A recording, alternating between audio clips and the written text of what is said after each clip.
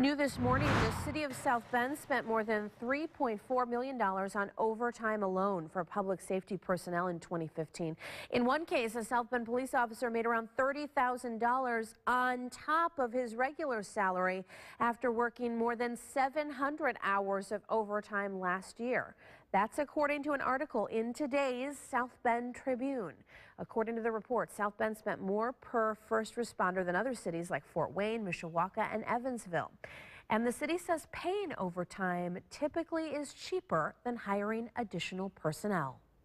And this morning, the South Bend Tribune's Erin Blasko joins us to talk a little bit more about this story. Erin, this story appearing right now in the Sunday newspaper. It's on their doorsteps online right now. You've been looking into this issue not only for this specific article, but for a couple years, actually. Where did this particular story come from? Why did you decide to pursue this? Well, back in December, the fire department requested an additional $420,000 for overtime expenses for the year, which was an increase of about 60% in its overtime budget for 2015. And that seemed pretty significant at the time, so we decided to sort of take a look at overtime overall and see where the city stands.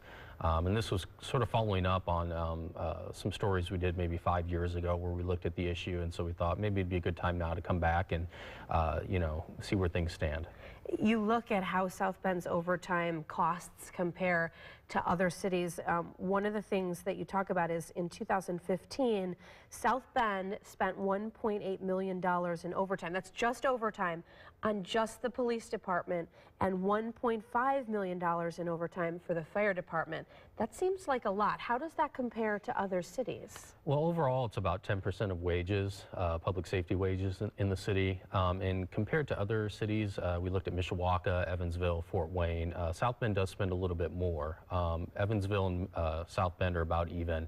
Fort Wayne and South Bend are about even, but South Bend spends significantly more than Mishawaka or Evansville for overtime. But you have to take into account too that South Bend also responds to Notre Dame in terms of providing security and traffic control for different events and stuff there. And so that is one thing that sort of drives some of the overtime here at least. And in the article, you go into this and you actually talked with some of the officers who use a lot of the overtime and the chiefs, and they talk about how it's unavoidable. Why is it unavoidable for South Bend to use this much money for overtime? Sure. Well, the police and fire departments both have minimum staffing requirements for safety reasons. And so if people are out sick or out because of an injury or on vacation, they have to backfill in order to meet those minimum requirements. So in that way, it's somewhat unavoidable. You're going to have some overtime. They also have continuing education. They have training.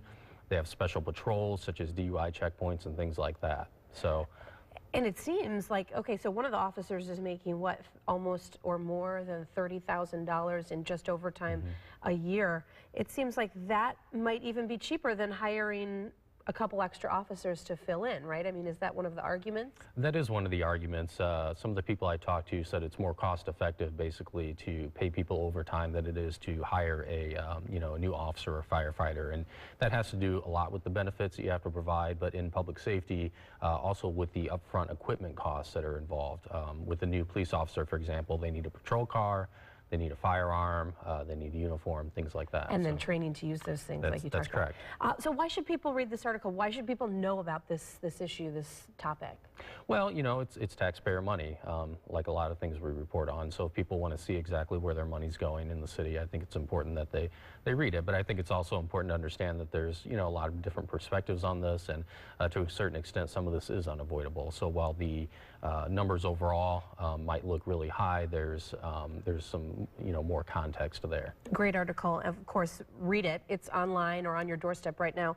One of the things you talk about and you go into is you actually hear from the police and fire chief from South Bend and some of those officers who actually are receiving large amounts of overtime. So thank you so much for writing that story and keeping us informed, Erin. Thank you. We appreciate it.